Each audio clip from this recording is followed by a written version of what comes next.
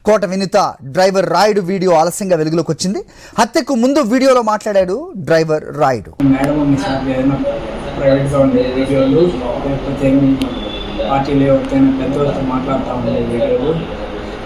లేకపోతే ఏదైనా నన్ను చెప్తా ఉండే వీడియోలు, లేకపోతే మీ మేడం ఏదైనా వల్గర్గా ఉండే వీడియోలు నాకు ఇచ్చేసేయి. ఆల్రెడీ మా వాడు చెప్పినాడు కదా, నీకు 30 లక్షలు డబ్బులు ఇస్తామని చెప్పేసి అని వాడు పక్కన డబ్బులు ఓపెన్ చేసి చూపించి, ఈ మాత్రం అవి నాకు ఇచ్చేసినా ఉంటే ఈ డబ్బులు నీకు ఇచ్చేస్తాను, నేను బయట పంపించేస్తాను, నీ పేరు ఏడా రాని వెంటనే వెళ్ళి హ్యాపీగా బతుకు అని చెప్పేసి చెప్పి డబ్బు లేకుండా తీసుకుని వెళ్ళిపోయాడు. చెప్పిన తర్వాత 26వ తారీఖు ఇంట్లో ఎవరు లేరు.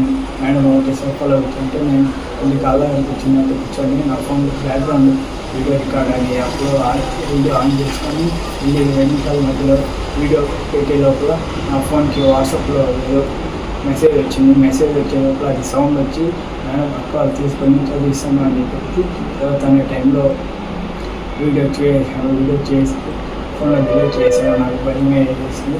వీడియోలో సంచలన నిజాలు చెప్పాడు డ్రైవర్ రాయుడు. 2019 నుంచి వినూత వద్ద నమ్మకంగా పనిచేస్తున్నానన్నాడు.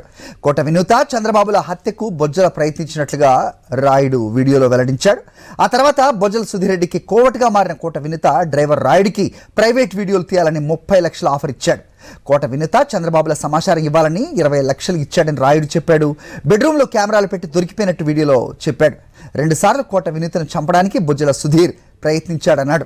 ఆ తర్వాత జూలై 7న డ్రైవర్ రాయుడును కోట వినూత చంద్రబాబు హత్య చేశాడు.